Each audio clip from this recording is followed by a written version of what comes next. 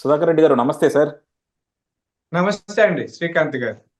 Sir, నాకు అది మన తెలుగు సామెత ఒకటి ఉంటుంది సార్. అది నాకు తెలియట్లేదు అనమాట. క్షవరం అయితే గానీ వివరం రాదు అని. సో అది కరెక్టో కాదో గానీ మా ఏపీ ఇలా చెప్తా ఉన్నమాట. అంటే క్షవరం అయితే గానీ వాళ్ళకి వివరం రాదు, మొత్తం గుండె అయిపోతే గానీ అప్పుడు తెలిసి రాదు దాని గురించి అని చెప్పనమాట.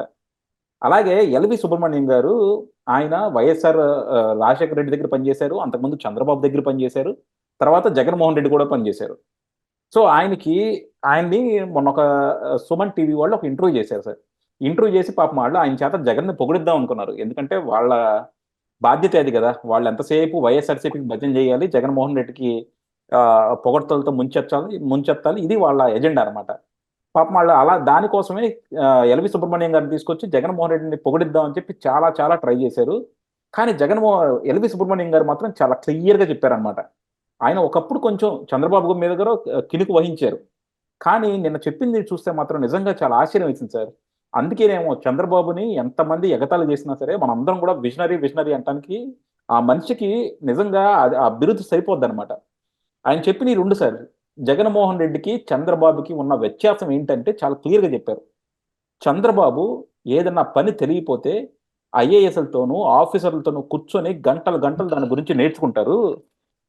నేర్చుకొని నేర్చుకొని ఆ పనిని సక్సెస్ అయ్యేలా చూస్తారు. దానికి బెస్ట్ ఎగ్జాంపుల్ ఆయన 2004కి ముందల హైదరాబాద్లో స్పోర్ట్స్ అకాడమీలు రన్ చేయడం కానీ, మనకి ఆపరేషన్స్ గేమ్స్ కండక్ట్ చేసి సక్సెస్ చేయడం కానీ దానికి బెస్ట్ ఎగ్జాంపుల్ అని చెప్పారనమాట.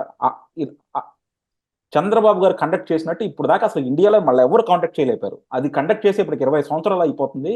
ఇప్పటికి కూడా ఎవరు కూడా ఆ లెవెల్లో కండక్ట్ చేయలేపారు. అది చంద్రబాబు గారికి ఉన్న కమిట్మెంట్ అన్నారు.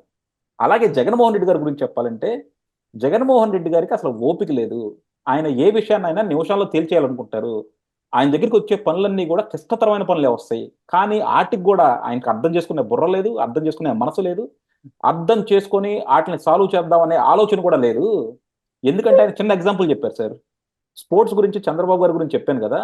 అలాగే స్పోర్ట్స్లో జగన్మోహన్ రెడ్డి గారిని కూడా అనిల్ కుంబ్లే గారు వచ్చారంట కలుద్దామని. కలిసి ఆంధ్రాలో స్పోర్ట్స్ని ఎక్స్పాండ్ చేద్దాం, క్రికెట్ అకాడమీలో ఎక్స్పాండ్ చేద్దామని వస్తే ఆయనకు అపాయింట్మెంట్ ఇవ్వడానికి 3 సంవత్సరాలు తెప్పించుకున్నారండి సార్. అది జగన్మోహన్ రెడ్డి గారి పనితనం, ఇది చంద్రబాబు గారి పనితనం అని చెప్పారు సార్. నిజంగా ప్రజలు కూడా తెలుసుకోవాలేమో సార్, మనం ఎలాంటి లీడర్ మనకు కావాలి, మన రాష్ట్రానికి ఎవరు కావాలి, ఎందుకు చంద్రబాబు గారు కావాలని. ఎలా చూస్తారు సార్, మీరు ఎలా చూస్తారు దీన్ని? చాలా స్పష్టంగా చెప్పారండి ఆయన. ఉమ్, తొలి నుంచి నా అభిప్రాయం కూడా అదే. నేను చాలా సందర్భాల్లో చెప్పాను, చంద్రబాబు నాయుడు గారు దూరదృష్టి కలిగిన రాజకీయవేత్త. ఆయనలో సామాజిక స్పృహ ఎక్కువ, అభివృద్ధి కాముకుడని నా అనుభవాల్లో కూడా చాలా చెప్తా. మా తిరుపతిలో శ్రీనివాస స్పోర్ట్స్ కాంప్లెక్స్ అని ఉందండి, ఆర్ట్స్ కాలేజీ దగ్గర. కొంతమంది అడిగాము అప్పుడు సూరా సుధాకర్ రెడ్డి గారని ఆయన షటిల్ బ్యాడ్మింటన్ అసోసియేషన్ జిల్లా అధ్యక్షుడిగా ఉన్నాడు. నేను కూడా యోగా అసోసియేషన్, అలాగే స్కేటింగ్ అసోసియేషన్ జిల్లా సెక్రటరీ, యోగా అసోసియేషన్ అధ్యక్షుడిగా ఉన్నాను. అంటే ఆయన చంద్రబాబు గారికి చెప్పారు, మేము కూడా ఒక రిక్వెషన్ లెటర్ ఇచ్చాం. మా ఉదయానికి ఆయన చెప్పేసి వెళ్ళారు చంద్రబాబు గారు, ఇక్కడ స్పోర్ట్స్ కాంప్లెక్స్ కడతాను. అందులో మేము అడిగిన skating rink, tennis court, shuttle court, indoor court, swimming pool అన్ని చేశారు. శాంక్షన్ చేసినా కూడా మళ్ళీ అది చాలా ఉన్నాయి కదా, అక్కడ వద్దు ఇక్కడ వద్దు అని ఏదో చేసి కష్టపడి ఒక 2 ఏళ్ళకి ఎప్పుడు అది కార్యరూపం దాల్చిందని.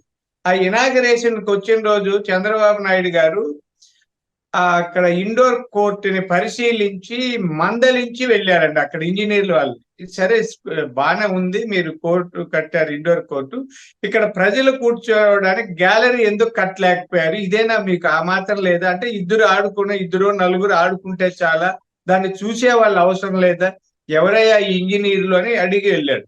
అంటే అంత స్పష్టంగా అన్నింటినీ అబ్జర్వ్ చేస్తారండి. ఏదో వచ్చామా రిబ్బన్ కట్ చేసామా జిందాబాదులు కొట్టించుకొని వెళ్ళామని కాదు, ఆ శాంక్షన్ చేసేటప్పుడు పని అయ్యే వరకు ఉంటారు. అదే రాజశేఖర రెడ్డి గారిలో కొంత ఉంటదండి. రాజశేఖర రెడ్డి గారిలో పాజిటివ్ గా చేసేద్దాము మంచి పనులు అయితే ఉంటది, కానీ అంత అబ్జర్వేషన్ లేకపోయినా, జగన్మోహన్ రెడ్డి గారిలో తొందరపాటు, అహంకారం తప్ప ఆలోచన ఏమాత్రం లేదు. ఇక్కడ మనం కొన్ని సామెతలు, నిదానమే ప్రధానము, ఆలస్యం అమృతం విషం, ఈ రెండు ఒకదానికొకటి వైరుధ్యం ఉంటుందండి. అంటే ఆలస్యం చేస్తే అమృతం కూడా విషం అవుతుందని ఒకటి, తొందరపాటు కాకుండా నిదానంగా చేయడం వల్ల పనులు అవుతాయి. ఇది సమయస్ఫూర్తి అండి. ఏది ఆలస్యం చేయాలి, ఆలోచించి చేయాలి, ఏది తొందరపాటుతో చేయాలి, చకచక నిర్ణయం తీసుకోవాలనేది అనుభవం మీద వస్తుందండి. సమయస్ఫూర్తి అనేది జ్ఞానము, వికాసము, అనుభవము కలగలిపితే ఇన్సైట్ అంటాం. హఠాత్తుగా స్ఫురిస్తుంటది మన మనసులో. కాబట్టి చంద్రబాబు నాయుడు గారు చిన్నప్పటి నుంచి ఆయన ఎన్ఎస్ఎస్ లో చేసేవారండి. ఎన్ఎస్ఎస్ లో యూనివర్సిటీలో ఉన్నప్పుడు అంటే గ్రామాలకు పోవడం, రోడ్లు చేయడం, మొక్కలు నాటడం, ఇట్లా. అంటే నేను అనుకున్నాను అశోకుడు మొక్కలు నాటించాను, రోడ్లు వేయించాను అన్నట్టు చంద్రబాబు నాయుడు గారు బాగా చదివారు, అశోకుడు పాఠం అది చేస్తున్నాడు అనేవాడిని నేను అప్పుడు సరదాగా, మాకు సీనియర్ కాబట్టి. అంటే అక్కడ చదువుకున్న వాటిని ఇప్పుడు కూడా అంటే రోడ్లు వేయించడం, చెట్లు నాటించడం అశోకుడే కదా అందరూ చేసే పనిలే, కానీ అక్కడ స్ఫూర్తిగా. కానీ జగన్మోహన్ రెడ్డి గారికి ఇలాంటివి ఏం తెలియదండి. ఎవరు ఎన్ని కోట్లు సంపాదించారు, ఎవరు ఎంత పెద్ద భవనాలు కట్టించారు, అక్రమ మార్గాలు ఎలా సంపాదించవచ్చు, డాన్లు అంటే ఎవరు, చీకటి వ్యాపారాలు ఎవరు, ఇట్లా సినిమాలు చూశారేమో. ఆయన ఏదో పెద్ద ఏం చదివాడో నాకు తెలియదు, కానీ ఆ చదువు కూడా అంతంత మాత్రమే జరిగింది. ఆయన అంతా నెగిటివ్ గా మానసిక స్థితిని పెంపొందించుకున్నాడు కాబట్టి అడ్డదారుల్లో సంపాదించడము తప్ప సమాజంకి ఏది హితము, సమాజ అభివృద్ధి ఎలా ఉండాలి, రాష్ట్రం ఎలా బాగు చేయాలనేది ఆయనకు ఉండదు.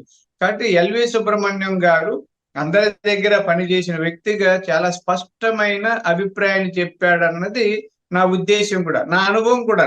నేనేమి జగన్మోహన్ రెడ్డి గారిని చూశాను, వాళ్ళ నాన్నగారిని చూశాను, వాళ్ళ తాత గారిని చూశాను, చంద్రబాబు నాయుడు గారిని చూశాను, వాళ్ళ కుటుంబ సభ్యుల్లో అందరిని కూడా చూశాను. నాకేమి కొత్త వాడిని కాదు. ఇవన్నీ పరిశీలిస్తే ఈ తరానికి, భవిష్యత్ తరానికి, అన్ని తరాలకి ఉపయోగపడే పనులు చేయడంలో చంద్రబాబు నాయుడు గారికి మించిన నాయకుడు ఇప్పటి వరకు ఆంధ్రప్రదేశ్ లో పుట్టలేదండి.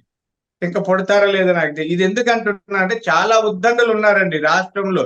చంద్రబాబు నాయుడు గారి కంటే చాలా పేరు తెచ్చుకున్న ముఖ్యమంత్రులు ఉన్నారు. ఇప్పుడు నీలం సంజయ్ రెడ్డి గారు ఉన్నారు, ఆయన ముఖ్యమంత్రి చేశారు, ప్రధానమంత్రి చేశారు. పివి నరసింహారావు గారు ఉన్నారు, ముఖ్యమంత్రి చేశారు, ప్రధానమంత్రి చేశారు. కోట్ల విజయభాస్కర్ రెడ్డి గారు, జనార్దన్ రెడ్డి గారు, ఇట్లాంటి మర్రి చెన్నారెడ్డి గారు, వీళ్ళంతా ముఖ్యమంత్రులు చేశారు, కేంద్ర మంత్రులు చేశారు, గవర్నర్లు, ఇలాంటి పనులు.